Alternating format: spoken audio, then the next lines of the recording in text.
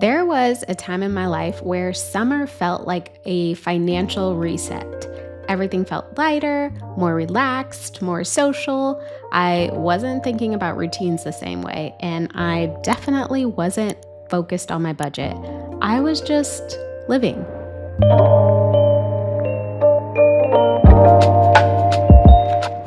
And in the moment, it felt good. It felt like I was enjoying my life, like I was taking a break from being so structured with my routines and my money.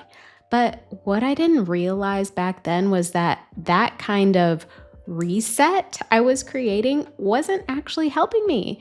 Because if you're not careful, a financial reset can quietly turn into falling behind.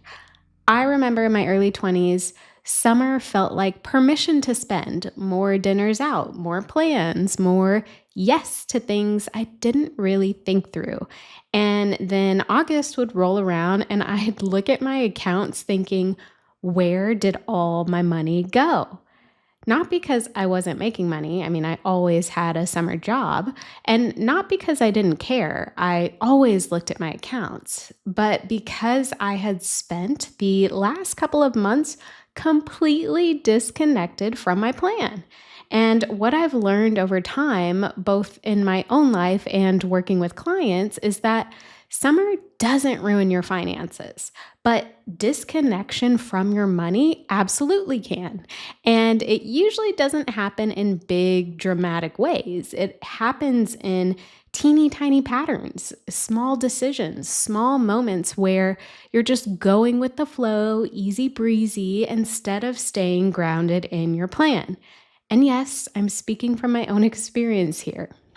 So, in this episode, I want to walk you through four summer spending traps that can quietly pull you off track, and more importantly, how to stay aligned without feeling restricted. Because you don't have to choose between enjoying your summer and being good with money.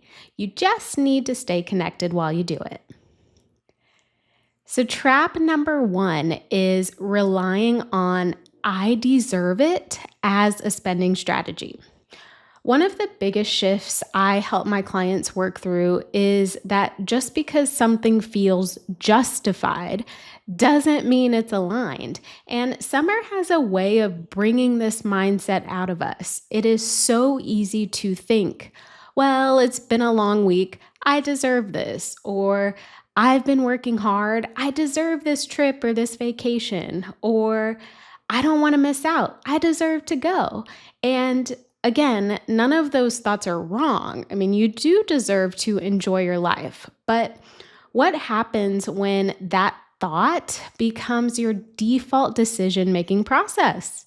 Now, every expense feels justified. And instead of being intentional with your spending, you're reacting emotionally in the moment.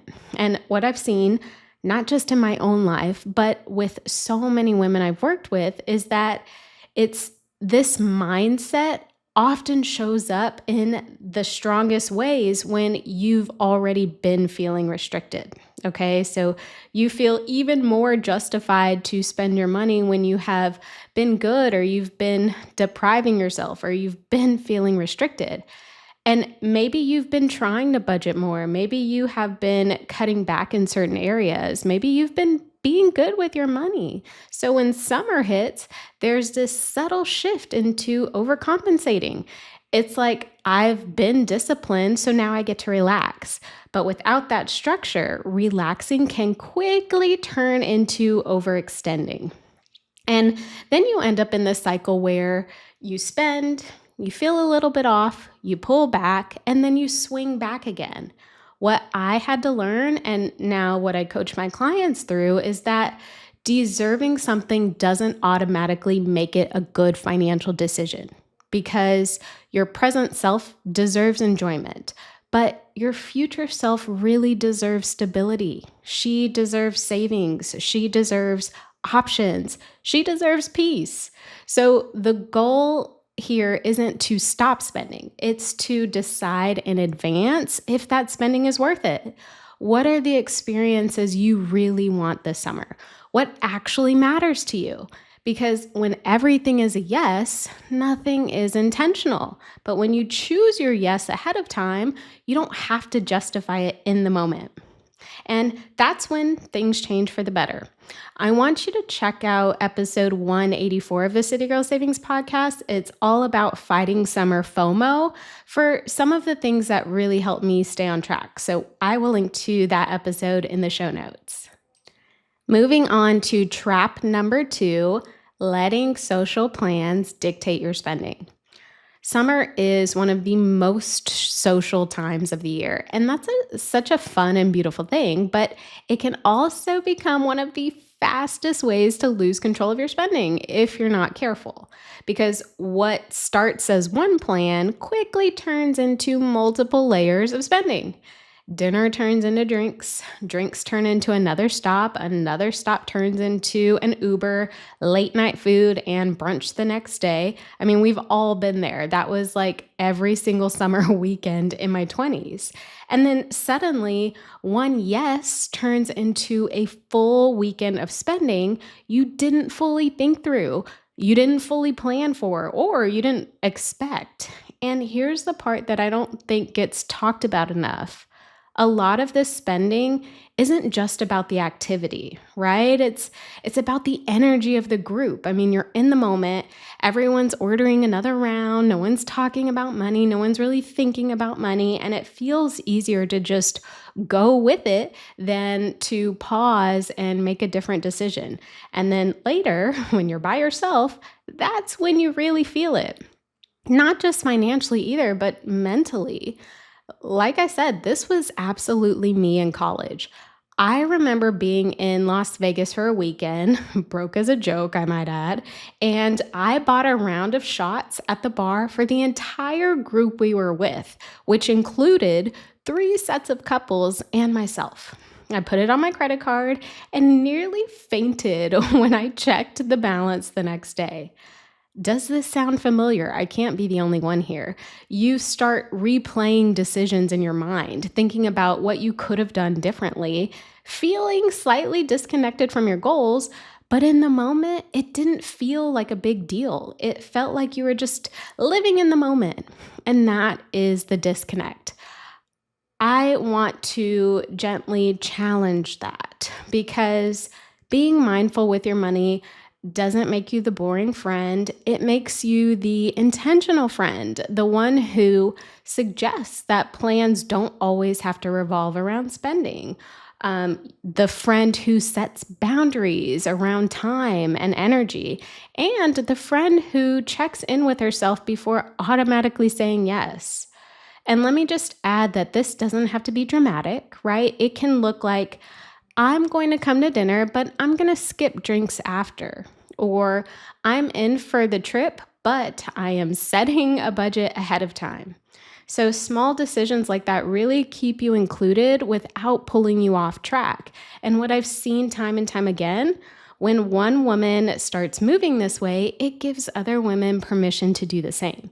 You don't have to remove yourself from your life to stay on track financially, but you do have to stop letting other people's plans determine your spending. Okay, trap number 3, telling yourself you'll get back on track later. I feel like this trap is subtle, but it's one of the most damaging patterns I see. Oh, I'll just get back on track next month. Oh, I'll tighten up after this vacation.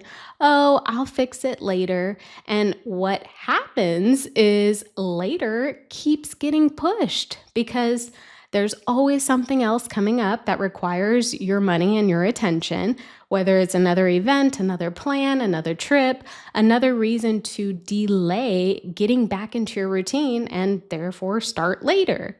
And over time, this creates a pattern of inconsistency. It creates a habit of inconsistency, which can lead to so many other problems.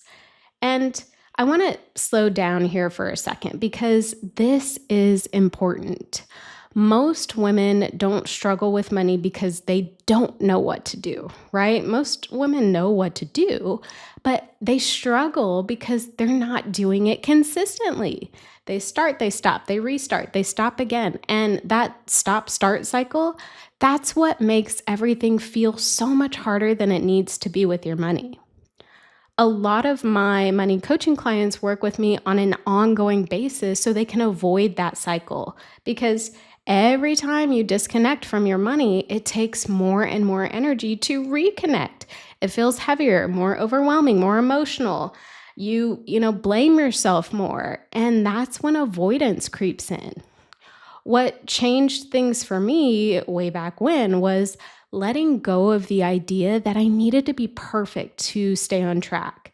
And instead, I focused on staying intentional and staying connected to my budget and my spending plan, even during busy seasons, even during travel, even when I didn't feel like it. And that connection really doesn't have to be complicated. It can be as simple as looking at your accounts for a few minutes each day, checking your spending midweek, and adjusting one category instead of just ignoring everything. Because when you stay connected to your money, you stay in control of it. And when you stay in control, you don't need a full reset. You just make small corrections along the way. And finally, trap number 4, ignoring the impact of small summer spending. A lot of people think their financial challenges come from big expenses or big overspending. And sometimes they do, don't get me wrong, but more often than not, it's the smaller, consistent spending that truly adds up over time, especially in the summer because your routines change. You're out more, you're doing more, you're saying yes more, the weather is great. I mean, why wouldn't we want to be outside?